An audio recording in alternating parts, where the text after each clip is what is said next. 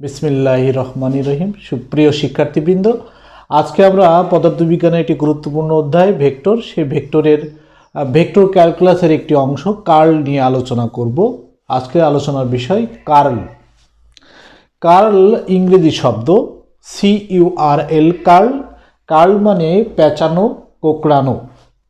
যেমনটা আমরা দেখি কার্লি হেয়ার, কোঁকড়ানো চুল, বা মোচড়ানো, এরকম অর্থে আমরা কার্ল ব্যবহার করব।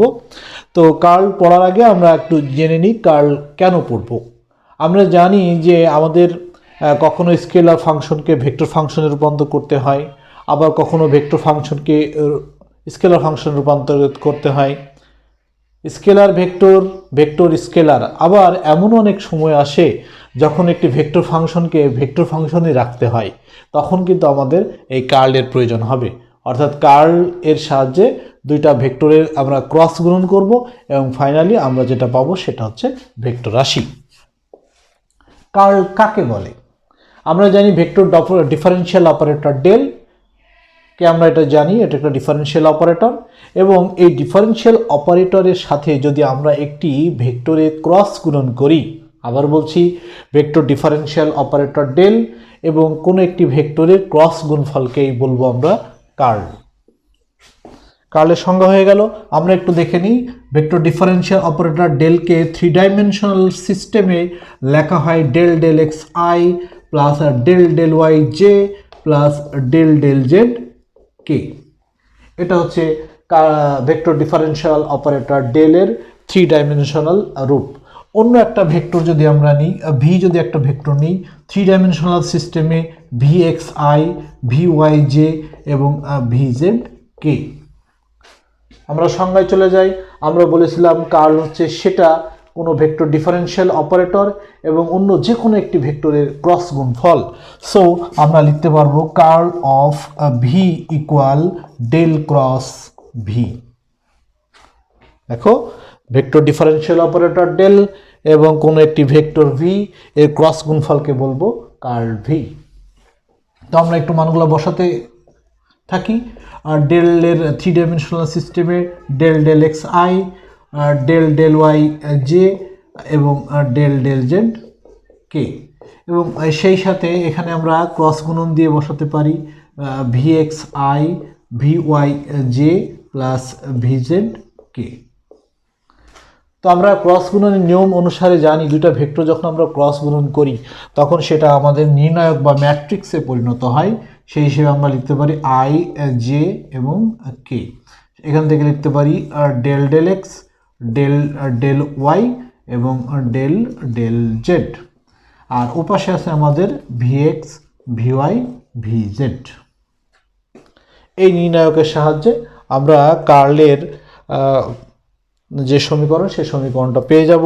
এবং একটু যদি আমরা নিচের দিকে লিখি, তোমরা জানো যে নির্ণায়কের নিয়ম অনুসারে আমাদের আই যদি আমরা প্রথমে নিই এই সারি কলাম, এই সারি এই কলাম বাদ, তাহলে পাচ্ছি del del y of v z minus del del z of v y. I এর ফাংশন শেষ।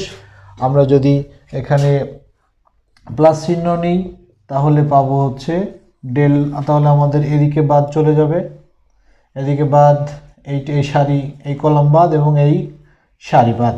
তাহলে আমরা যেহেতু প্লাস নিয়েছি তাহলে এখানে আমরা লিখতে পারবো del del z of v x minus থাকবে হচ্ছে ভি এক্স হলো এই সারি কলাম বাদ, তাহলে del del x of v z, bracket close. এবং আমাদের সর্বশেষ যদি আমরা এখানে কে চিন্তা করি তাহলে পাবো আমরা এই কলাম বাদ এই সারি বাদ, পাচ্ছি হচ্ছে del del x of v y minus del del x of v y del del y of v x, v x. তাহলে এই ম্যাট্রিক্স বা ম্যাট্রিক্সের সাহায্যে বা নির্ণায়কের সাহায্যে আমরা মূলত এই কার্লের যে ক্যালকুলেশন এটা করে থাকি। তোমরা যদি এখানে মাইনাস দিয়ে করো সেক্ষেত্রেও করতে পারবে, সেক্ষেত্রে হয়তো এটা আগে চলে আসবে ওটা পরে চলে যাবে, এই হচ্ছে বিষয়।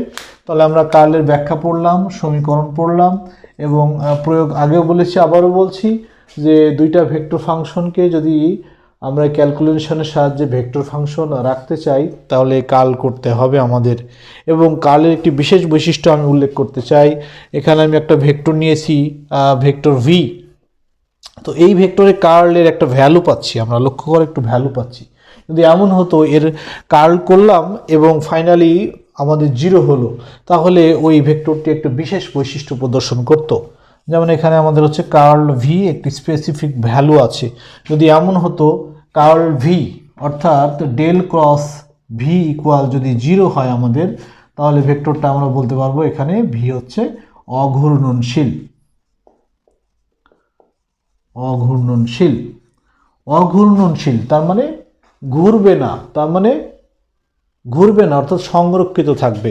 সুতরাং এই ভেক্টরটাকে আমরা বলতে পারতাম সংরক্ষণশীল। আর যদি del cross v not equal 0 হতো, তাহলে বলতে পারতাম ভেক্টরটা ঘূর্ণনশীল। একটা ভেক্টর যখন ঘুরবে সে তো আর সংরক্ষিত থাকবে না, তখন সে হয়ে যাবে অসংরক্ষণশীল। অসংরক্ষণশীল।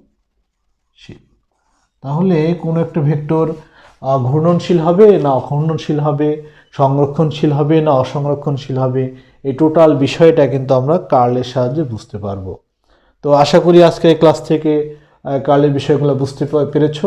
যদি কারো কোনো প্রশ্ন থাকে কমেন্ট বক্সে জানাবে, বা আরও কিছু জানার থাকলে আমাদেরকে জানাতে ভুল করবে না।